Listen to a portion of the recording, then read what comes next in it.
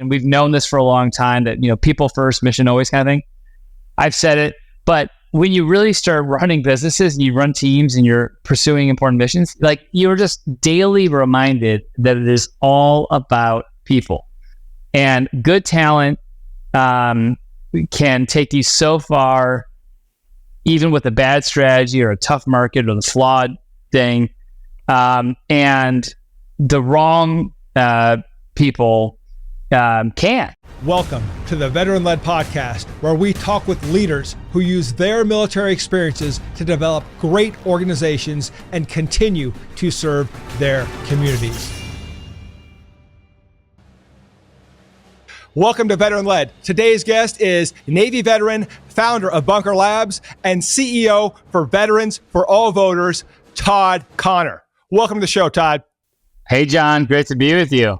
How did you go from becoming a naval officer to deciding that you were going to start this what is now a huge project of 35 chapters, 1,200 entrepreneurs, Bunker Labs? Yeah, John. First of all, it's awesome to be with you and to connect with your audience. And I just appreciate what you do, which is to kind of amplify stories of veterans out leading and doing things in the world. And, to be honest, here's what I'll say in advance of the answer to the question, which is like, how did Bunker Labs come to be? But for every one thing like that I think goes and manifests and turns into a big thing, there's 2 or 3 or 4 projects in the background that sort of never take flight, and I think I just want to say that because it's so core to third shift entrepreneur that at any given moment, I'm kind of stoking a few different ideas. And a lot of them don't go anywhere, and that's okay. And that's sort of like the sandbox that we create for creativity and for exploration of what the market needs or what our society needs, or what the veteran community needs. So there's a lot that's in the dustbin, but back to the question of Bunker Labs, it really was born out of my own need, which was 2014, having started a business myself in the professional services sector, feeling like, man, I could really benefit from the camaraderie and the community of other people that were starting businesses, particularly businesses that weren't venture-backed, because there's kind of accelerator programs for stuff like that. But I mean, I wasn't doing anything in really niche, like material sciences or app-based, food delivery services or whatever. I didn't need sort of a technical support system per se, but I was like, I'm out here in Chicago with the professional services business, and I would love the camaraderie of other veterans. Around the same time, Chicago was just launching its big sort of incubator, 1871, and I had some relationships with folks through politics and other things that I'm interested in. And I said, this is a really interesting thing that we're building here in Chicago. How do we plug veterans into it? And is there an opportunity? Is there a need? And they kind of looked at me and said, well, why don't you sort of explore that and see if there's something there. So it really was just these kind of doors open, and you think, okay, maybe there's something here. It's a question that turns into doing something. And we organized our first, it was just a simple meetup. We called it the Brain Trust. And we said, put out the call, me and a couple co-founders, Brandon Boder, Tom Day, we said, if veterans are interested in starting businesses, or if you have started a business, come on out, meet us on Thursday at 9 a.m. We're just going to have coffee and talk about what we're doing. And our first one, I think, had like 20 people. And it was great. And the energy was just immediate, and it was magical. And after running programming for about 6 months, we got calls from people in other cities, in Austin and Omaha and other places, saying, hey, this is cool what you guys are doing in Chicago. We want to do something similar in our city. And it just was really market driven, and I think that's the right way to think about business, is just, where's the market pulling you? Obviously, you've got a passion for it. But the grit, we didn't start out, I certainly didn't start out thinking we're going to build a national nonprofit. We're going to try to be in 30 cities or whatever. It just was like, we're meeting a need. People continue to come back because they're finding value in this. Let's get smart about what it could look like the next time. How does it get better? How do we put together a smart organization? How do we pull the team together? All those kind of things need to happen. How do we raise money? Because a 501c3 organization.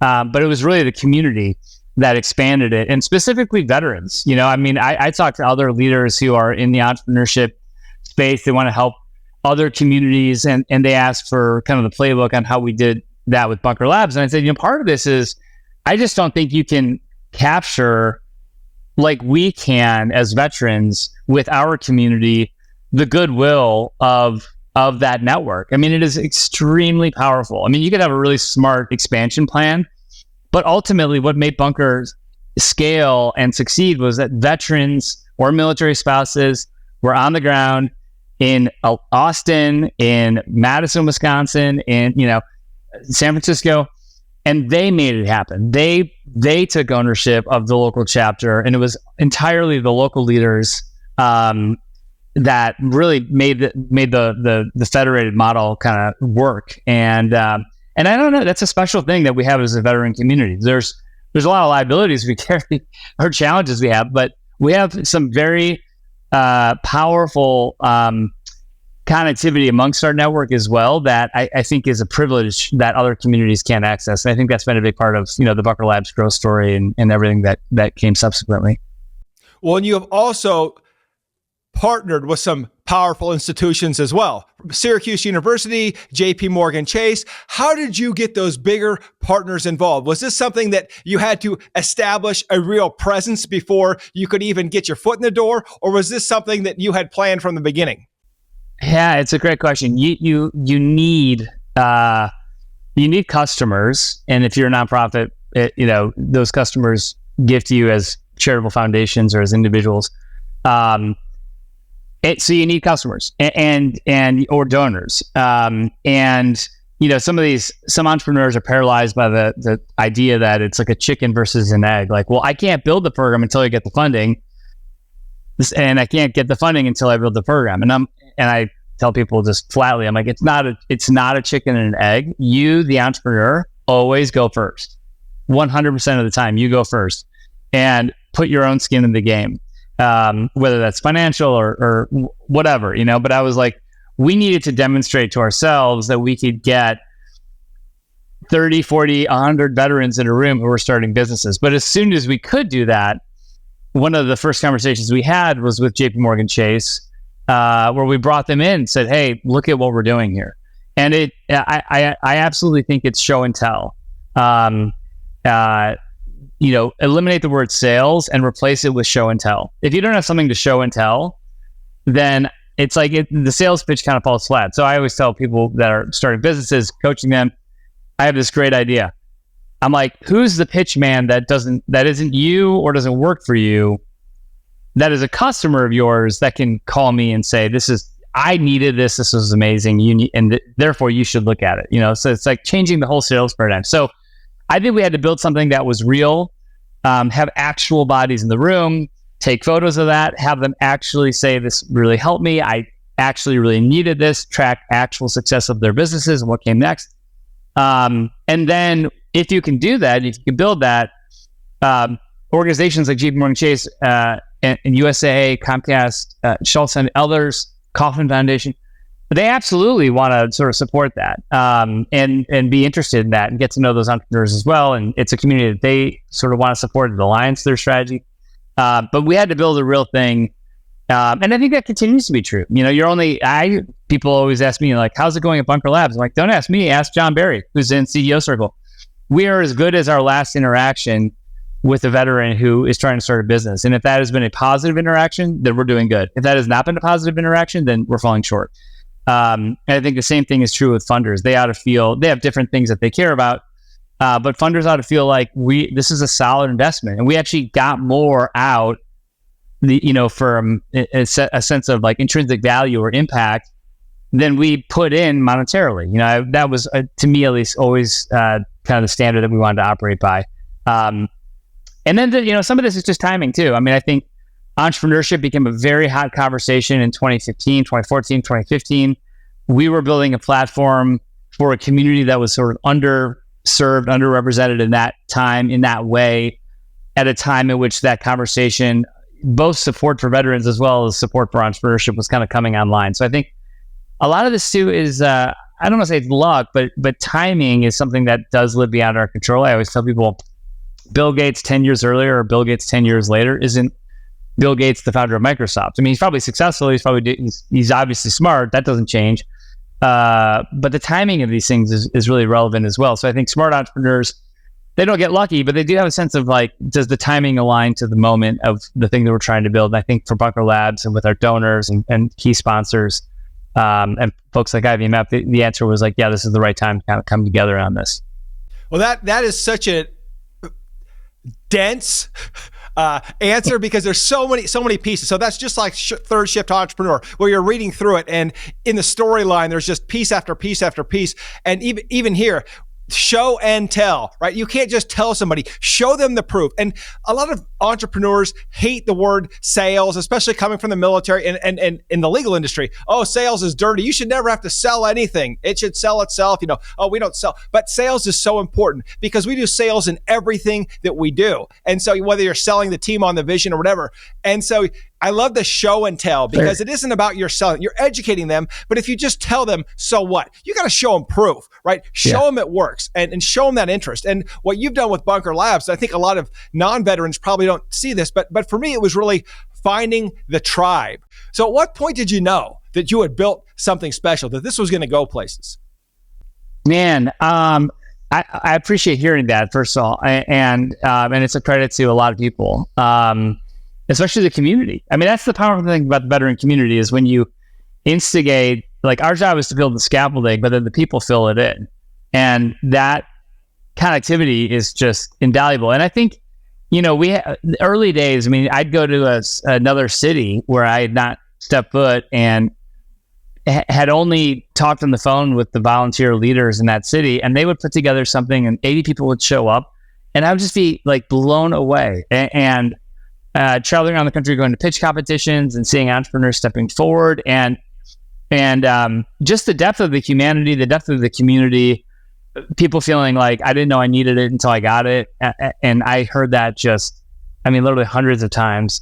You realize like the power of a community is so much bigger and deeper than just sort of anything that feels transactional. And I had a lot of evidence of that early on, continue to, and through CEO Circle and other programs that we run.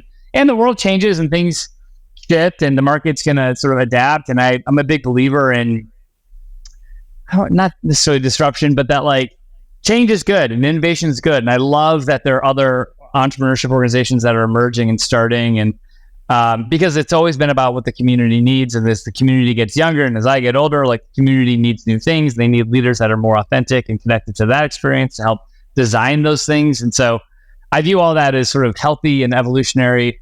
But what will never go away is the need for really anyone, but particularly in the military community, to have a sense of community. And I think the veteran community is so hungry for that. They're so thirsty for that. When they get it, they never want to let go. And I think that's a special thing that we have. Well, and to buttress your answer with your credibility, which is you run the Social Impact Lab at the University of Chicago Booth School of Business. So what is the Social Impact Lab? And is this what we're talking about, the social impact of organizations such as Bunker Labs, or is this a much broader concept? So this is the Rustandy Center at the University of Chicago, which I don't run, but I'm executive in residence in, as he said, and I teach some classes at the University of Chicago. What's interesting is, not surprisingly, the veteran community, because I think there's typically some intrinsic motivation that you want to serve, which is why you join the military in the first place. But increasingly, even at like business schools like the University of Chicago, lots of students are wanting to explore careers beyond what is the typical career coming out of business school, which is like consulting or working in finance. Increasingly, a lot of the students want to start nonprofits. They want to serve in the government. They want to address a social impact challenge, hunger, something. I mean, and it's looking differently than just a traditional sort of consulting job or finance job or typical kind of 9-to-5 job. So I'm there helping kind of design and execute programs for students to step into non-traditional careers. I mean, I graduated with an MBA and went into consulting for a year, but then I quit and I started my own business. And I really felt like I was totally out on a limb. Arguably, it was irresponsible, but I knew intrinsically that my future destiny was sort of not in what I was doing, and I didn't really know how to get there. And so I did what I don't recommend, which is why I wrote a book called Third Shift Entrepreneur. I quit. I quit a job, and then I moved back to Chicago and I started things. And third shift entrepreneur is all about de-risking that process, that quitting is not the same as starting. In fact, you should start before you quit. I quit in order to start, which is how a lot of us think about it, but I think it's actually backwards. And I made a career for myself that was really built around who I thought I was, what I cared about, what I wanted to do, who I wanted to serve. I wanted to explore special projects. I wanted to sort of build what is, now we talk about as a portfolio career. I didn't know it as that at the time. I don't think it was a term, but I knew I wanted to continue to serve. I wanted to do work that was connected for me. I wanted to be a little bit more entrepreneurial. I didn't know how to put those things together, other than quitting and moving back to Chicago and trying to figure it out. Now there's a lot more sophistication about how that can happen. And so I'm at the university trying to kind of help codify those career paths and explain that more, help normalize that more, build pathways for students to go and step into addressing important challenges. Because, one of the things I tell students at the University of Chicago is, hey, congratulations, you've made it to, I'll say the leading, business school in the world. And I want to make sure that the best and brightest minds coming out of the top institutions of this country are not just dedicated to business. I want them dedicated to ensuring America remains healthy and strong, ensuring that we solve important challenges like educational challenges and healthcare challenges. I want them going back to the communities from which they come and finding ways to be leaders within those communities, which is the challenge I give to the Armed Forces group at the University of Chicago. Is like, look, you guys need to turn around and go lead back in the veteran community. You have a responsibility to that. It's not just about your next consulting job. So that is something that I'm sort of an evangelist for, is that we've got to make sure that the best and brightest minds are not just sort of reverted into business or venture capital, but also solving important societal challenges and serving the communities that they come from. And it's the but also, because you've been able to do all these things because you have a portfolio. And so tell us what's in that portfolio and how that works. Like, how is it that you can afford to be the CEO of, or actually the founder of Bunker Labs, the CEO of Veterans for All Voters? It seems like you're doing all your passion projects and you have all these other things going on and you're able to just manage all of it like a good military officer. But tell us about the portfolio and how that works. Yeah, I mean, the portfolio thing, it's interesting because I don't have, I don't want to say I don't have an ego. I don't have a lot of ego around this stuff. I've always had a view that, like Bunker Labs, I want to be helpful to the things where I can offer a unique contribution. And when I have made that unique contribution, I feel like it can be time for me to move on and someone else can fill in, Sometimes you see in the veteran community or other things where people kind of build an empire for themselves. I've never been interested in doing that. I've never been interested in just, I want to serve. And if I can play a role to build an organization, then I will do that. But I'm then also happy to move on and transition leadership and like help other people step in and fill in. I think it's also a test of durability. If a project can't live without you, then it's maybe because it's become too much about you or because you haven't built an organization that can be sustainable beyond you. So I think it's important to me. My ego rests on the idea that I can move on and the thing can still be successful. I mean, that's ultimately sort of what I want. So, so with Bunker Labs, we had, Blake Hogan took over as CEO and that was a planned process. And I just adopted a posture of like, call me when you need me. And I'm happy to come back. And I want to come back because I'm always going to be a member of the community and but I'm okay to give differently. And I don't want any special treatment for that, or I don't want it to feel deferential. I just have full faith and confidence that the veteran community can fill in and have fresh new ideas.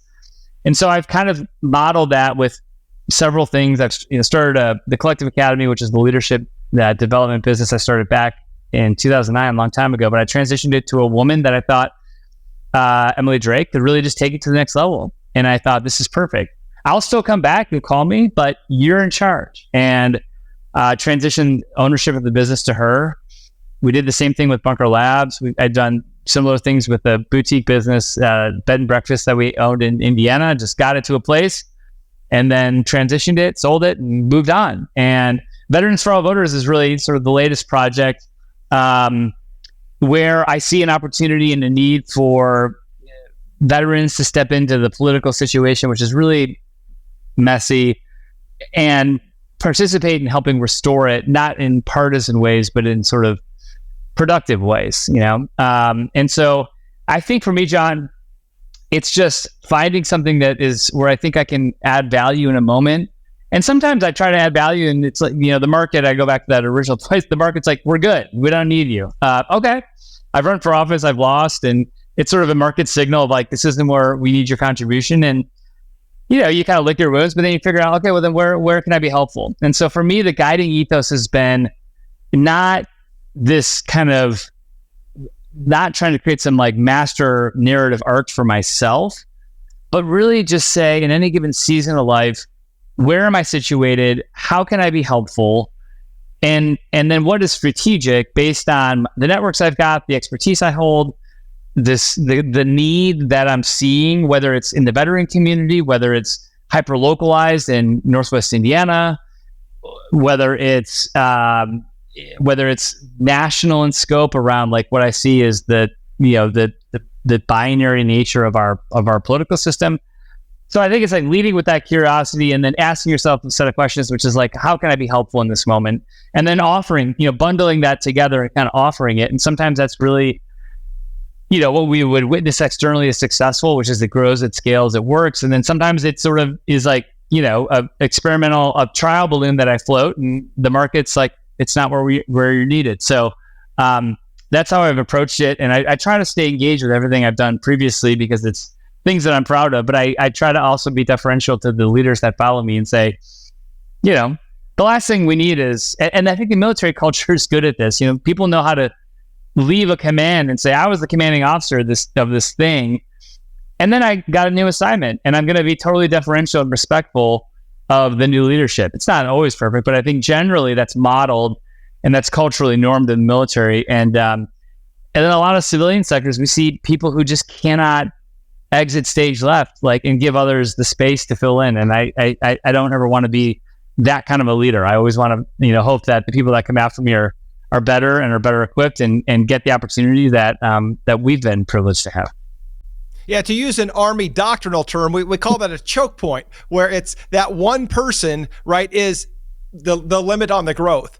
And we would say that when the commander's gone, that's when we know whether he's an effective leader. Because if the organization runs just as well, if not better without him, then he has built a strong, durable organization. And if it falls apart, we know that, the commander was holding this thing together and not really building his leaders. So totally. Completely, yeah. What you're doing is something that I think we all strive to do, but then we get out of the military and we get into this business that is our passion, that is our livelihood, that we're pouring everything into because we need that team, we need that mission.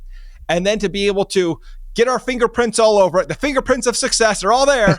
and then we just walk away, right? And it's what we've done now has become less relevant to the mission, the accomplishment of the mission. We were a part of it, and now we're not a part of it. And so it's that letting go. And it's, you hear about this. I had the former SEAC, John Wayne Troxel, on here. He talked about people retiring after 30 something years and then living in their museum.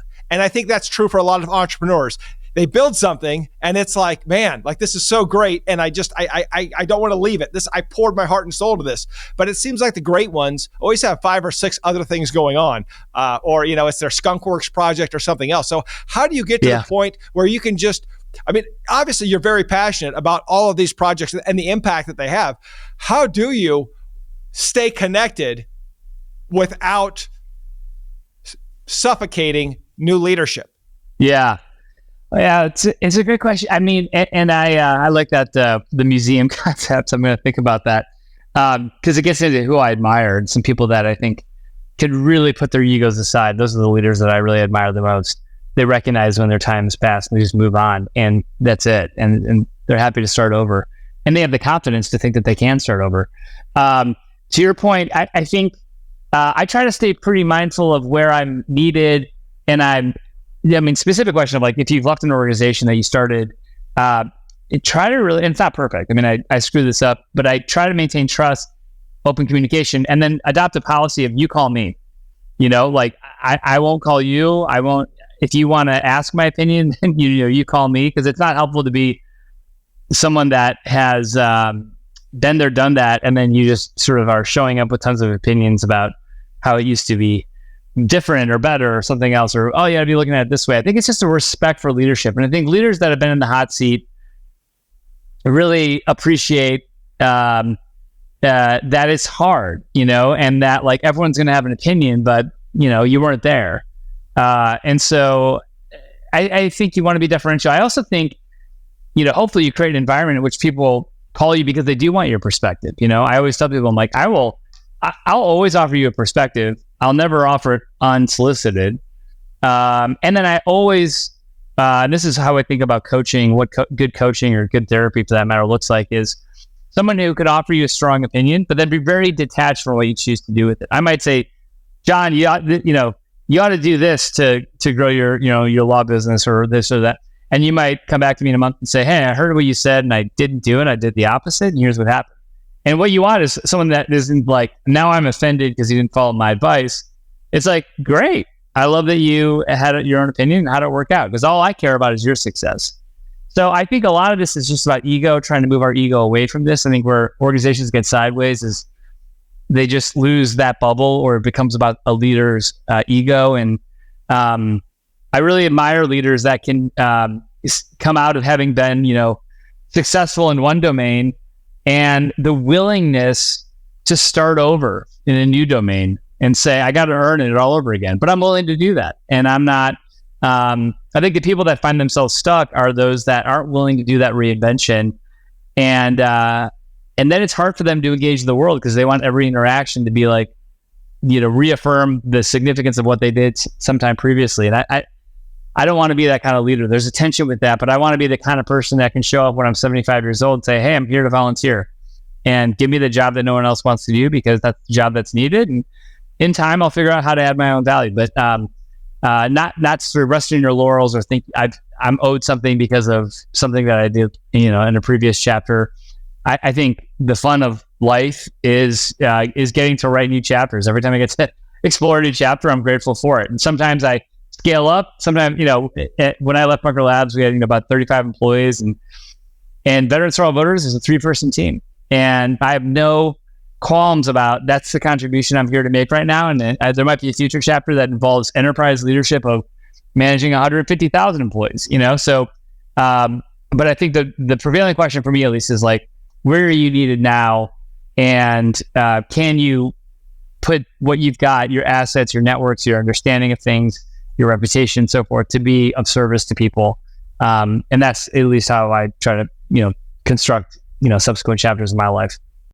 And obviously, you don't do it all on your own. You do it with a team, and you've built some amazing teams. How do you choose that leadership team or those leaders that are going to help you build your vision into a reality? I've got leaders that I've brought across all of those chapters. Devin Sizer is one that I see every season of life. I call her and I'm like, I got something new for you. Jameson Awu, who's doing our chief marketing officer at Veterans for All Voters, and then friends that carry you. I know France Hong was on the show, and it's like there's these people like Craig Cummings and France Hong and Emily McMahon, and people that we have, Becky Keaty. We've lived alongside each other in multiple identities, and so I really believe that I always want to try to center a friendship. Brotherly love, and I mean brotherly in a non-gendered sense, like men and women who we really love each other. And I think if that's true, then like you find ways to engage in future chapters or support what they're doing, or they might come back and support what you're doing. And I just increasingly, it sounds pithy, and we've known this for a long time that people first, mission always kind of thing. I've said it, but when you really start running businesses and you run teams and you're pursuing important missions, like you're just daily reminded that it is all about people. And good talent can take you so far, even with a bad strategy or a tough market or the flawed thing. And the wrong people can't, even if it's the right strategy and the right market and the right thing.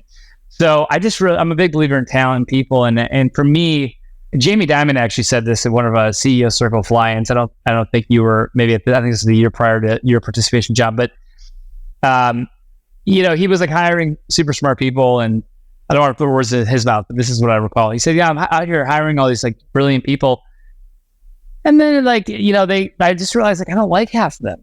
and they're like having friction with their team, and then like we're having to exit them, and it's expensive and it's painful and it's hard. He's like, so I just got to the point where I just was like, I'm going to surround myself with people that I enjoy working with. And I once got accused of likership of, it's kind of funny, Rush, but a woman, she's like, you don't exude leadership. You're all about likership. You just want people to like you. And I heard the point, and it kind of stung, and I was like, yeah, that might be right. But it's like the older I get, the more I'm just kind of about likership. I've seen projects just flame out because people's egos got in the way, and, so I think it's about the right people. And then the question is, who are the right people? I think it's people you enjoy working with. It's people that you trust, and it's people that are competent. I think if you can find those three things in anyone, I like working with them, which is like, I would enjoy, I'd say like, the road trip test. I could sit in a car with this person for 4 hours. That's a big thing. The second is I trust them, which is there's integrity there. They're going to just make it right. They're going to do the right thing. They're not going to take shortcuts. They're not, like their integrity is like of the highest nature. And they're going to do the right thing and do what they say. And then the third is like, if they can be really competent, which is like they can, I think of this in a technical sense, like they can really put together a thoughtful email. They can do it quickly. They can they can get the budget right. They can put the Airtable together. They can just like technically do these things quickly. I think if you find all three of those, that person is like worth every penny you can give them. Because a lot of people I see are technically competent, but you don't really want to be in a car with them for 4 hours, or they're really competent, you really like them, but you're not sure they're going to sort of do the right thing in all situations. They might try to cut corners. So I think when you can find all three in a person, it's gold, and like you never want to let them go. Do you look for someone who's going to challenge you and challenge the way that you think? Yeah, no, I mean, I think you got to have people that challenge you. And I mean, there's challenging for the sake of challenging, and that can be irritating where, it's like, I always tell people, if you don't like the dinner reservation I had, actually this is like what I tell my husband, but it's like, okay, I'm willing to make a plan. If you don't like the plan, that's totally cool. You got to build another plan, So it's like, there has to be work to kind of go beyond, because opinions are cheap. And what you don't want is a leadership team that thinks their job is to just have opinions. It's like, I need you to have opinions and then do the work commensurate with the opinion. But you have to have people that see it differently and have the confidence because of their own expertise or lived experience to say, I don't see it the same way. And to have that conversation, and then to pick a route, and then the team to kind of like move on. It's like, this is the path that we're going. I think, to your point, France, I love that quote, which is, and I think he told me as, I'm not here to be right, I'm here to get it right. And that's exactly, sometimes you can see leaders who it's like, it's just really around their ego, and it's like, what we always want to do is you want to center any team meeting around like, well, what are we trying to solve for? Because if it just devolves to like, well, John thinks this and Todd thinks this, like, what is that about? That's just about two guys and their egos. If it's like, hey, this is what we're trying to solve for, now we can have a different conversation about, the thing that we need to get to. And so you need people that are really competent and therefore have a point of view, and can tussle on the fact pattern, not so much what they think. It's like, who cares what I think? What we care about is what's going on and what we're trying to solve for. And then create an environment in which that gets role modeled, and then other people feel the freedom to do the same thing. But back to the people that I've brought with me on other adventures, like Devin, she's just the first one to tell me she's stylistically like the opposite of me, and will tell me that I'm wrong, and is also like on the extroversion introversion scale, like we're just also different in that way. So having those people around you that you need, I think is critical, and it also makes for a more fun experience. And the data on this is just really clear around diversity of teams and styles and perspectives. It's really important, and I've seen it in a group experience, and we see it in CEO circle where it's like the more diverse of an experience people are coming together with, it's like the more interesting it becomes because you get dimensions that you can't otherwise get. So, you got to have a team that's willing to tell you that you have no clothes and, and is able to push your thinking and then is able to, come to a point of view collectively and move on and know that it's not about trying to die on every hill. It's just having a posture of like, let's get curious about what can be better and always wanting to be better, and not for yourself, but for the thing that you're trying to solve, right? The customer you're trying to serve, always making it better for them.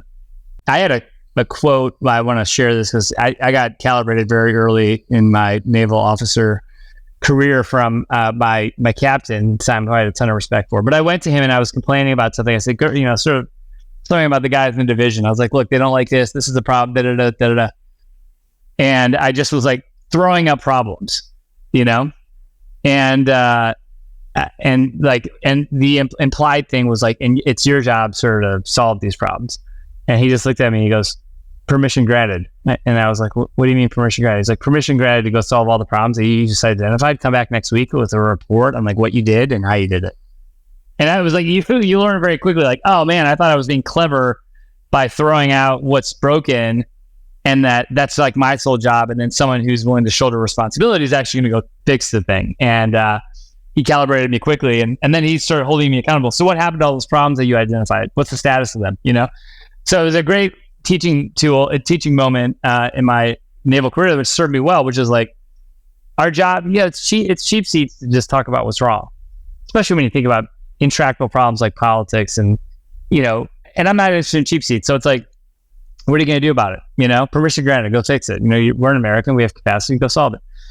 In terms of the issue, working styles and stuff like that, I just think the most obvious thing that no one ever does is you talk about it. In our weekly meeting, we have I think maybe we talk about this, but I use the EOS system for a lot of things. And there's this idea of you can just, in a weekly meeting, an L10 meeting, you can actually, I do a discussion prompt, which is like, what's a request for change? Every week, if you just normalize it, hey, anybody have any requests for change? Hey, John, I know that you were enthusiastic. You texted me at 9 p.m. It gives me anxiety, and so my ask is just send that text at 6 a.m. I love getting that text at 6 a.m. I don't like getting it at 9 p.m. So we can just talk about it, and this is where I get back to likability and trust. It's like, but if I'm deeply offended, then it's like then your ego is too much a part of this. So it's just acknowledging we're all wired differently. We want to engage differently, and we should become curious about how other people want to work, and then try to meet them, halfway, or at least flex a little bit to how they want to work, and maybe they can flex back to us in turn. And things can move from being volatile to just, oh, okay, it's, John and Todd are different. That's normal. It's just that it doesn't have to be a disagreement or a fight. It's just, hey, we're different. He likes it this way. I like it this way. So at your level, where you've got a lot going on, you've had many successes, where are you finding the mentors? Are these your peers? Are these the team members you're hiring? Are you learning from your own team? Or are you seeking out mentors that are at the next level? The Jamie Dimons of the world, for instance. I have a lot of humility. I think that I have so much to learn. I have, operated with a playbook for my life, and I'm not sure it's been terribly sophisticated. I think sometimes I've gone it alone when I should have sought mentorship. But I try to find insights from people and, like ways in which I admire them differently.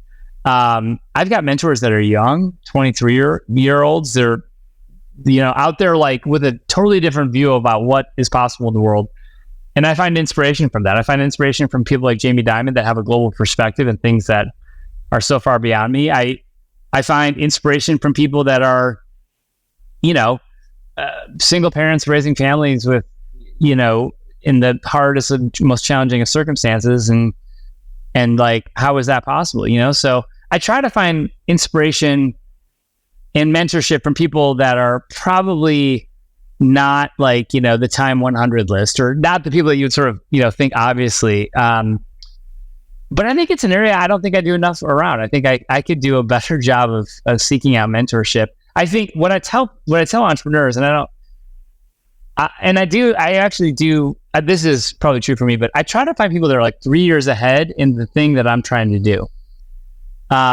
Not just like kind of the global, because it's one thing to sort of go and say like, well, I admire the President of the United States or Jamie Dimon or Oprah Winfrey, and those are kind of, obvious folks, but maybe not relatable to the situation we're in. I try to find people that are maybe 3 years ahead of me, and I look at the choices that they've made, and if they've achieved success in the things that they're trying to do, then I become curious about that. And so I'd say that's sort of like peer mentorship, like looking at people and I say, wow, I'm really impressed that John has put together this podcast. It's very professional. I wonder if it's something I should be doing. And the way in which he does it's thoughtful. He's got a really strong team around him. I wonder how he does that.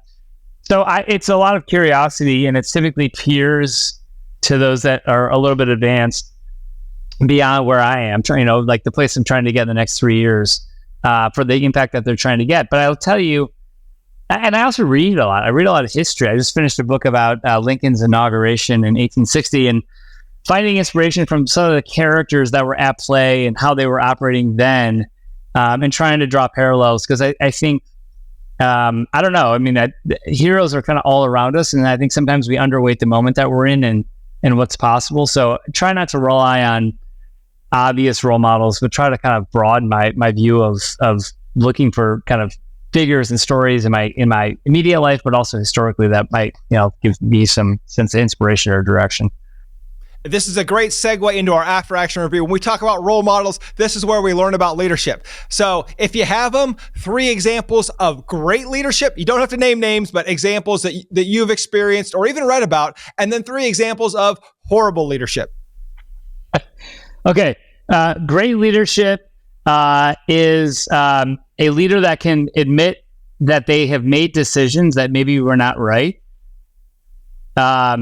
Bad leadership, and I got some of this on my way out of the military, was sort of a reflexive, like, all the advice I'm going to give you is to affirm my worldview and the choices I've made. And I'm not really self-reflective about why I've even done those things. Good leadership asks more questions, is like fundamentally like good leaders sit in team meetings just listening. Bad leaders assume their job is to do all the talking. I can be on mute observing a leadership call and tell you right there then whether the leader I think is probably doing the right thing. And it's like if the leader's lips are moving the whole time and the team is just like listening, taking notes, I'm like, this is a leader that's I think falling short. So I think it's fundamentally good leaders have the most context of the thing that's going on. The only reason you're going to get the most context is because you're doing the most listening from the most diverse, people in the room. It's like the CEO that's talking to the lowest paid person that shows up in the middle of the night when no one thinks they're going to show up. It's all that stuff that is context giving, which gives you, I think, authority and leadership. And you can't get there if you think your job is to like give all the answers to all the questions. So I think listening. And then good leaders know when it's time to make space for the next person. And you might call that mentorship. You also might call that what's the term for bringing people up, not just supporting them, but opening doors, sponsorship. Sponsorship.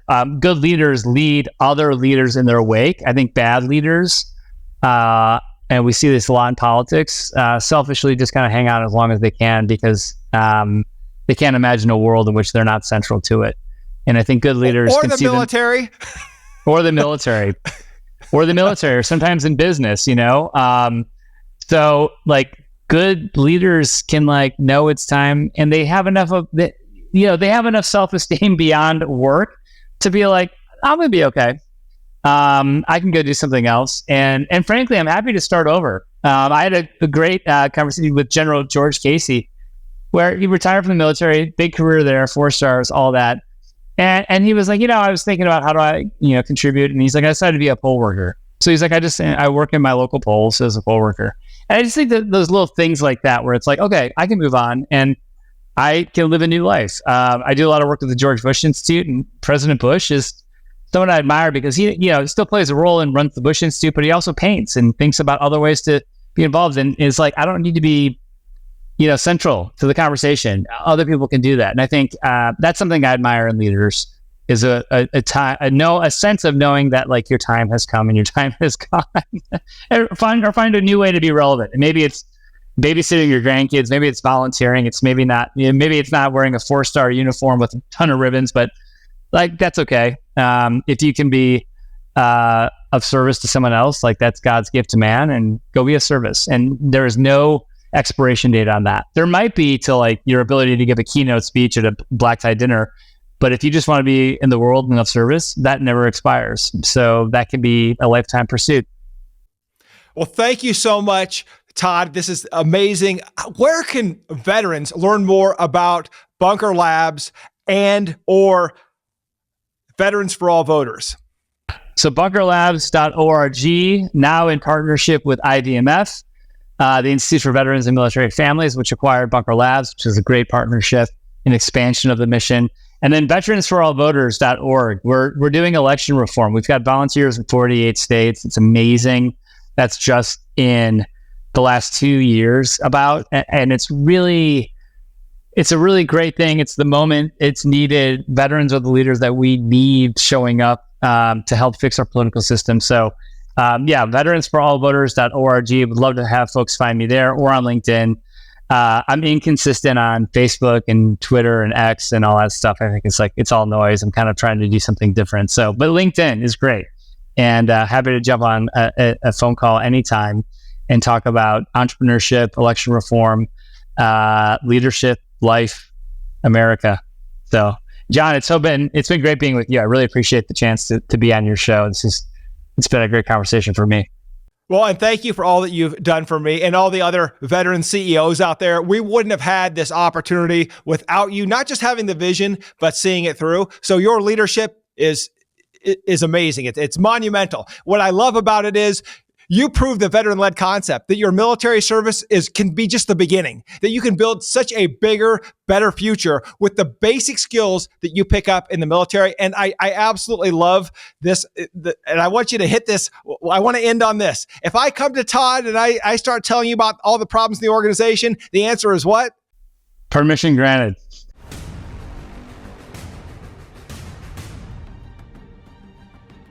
Thank you for joining us today on Veteran Led, where we pursue our mission of promoting veteran leadership in business, strengthening the veteran community, and getting veterans all of the benefits that they earn.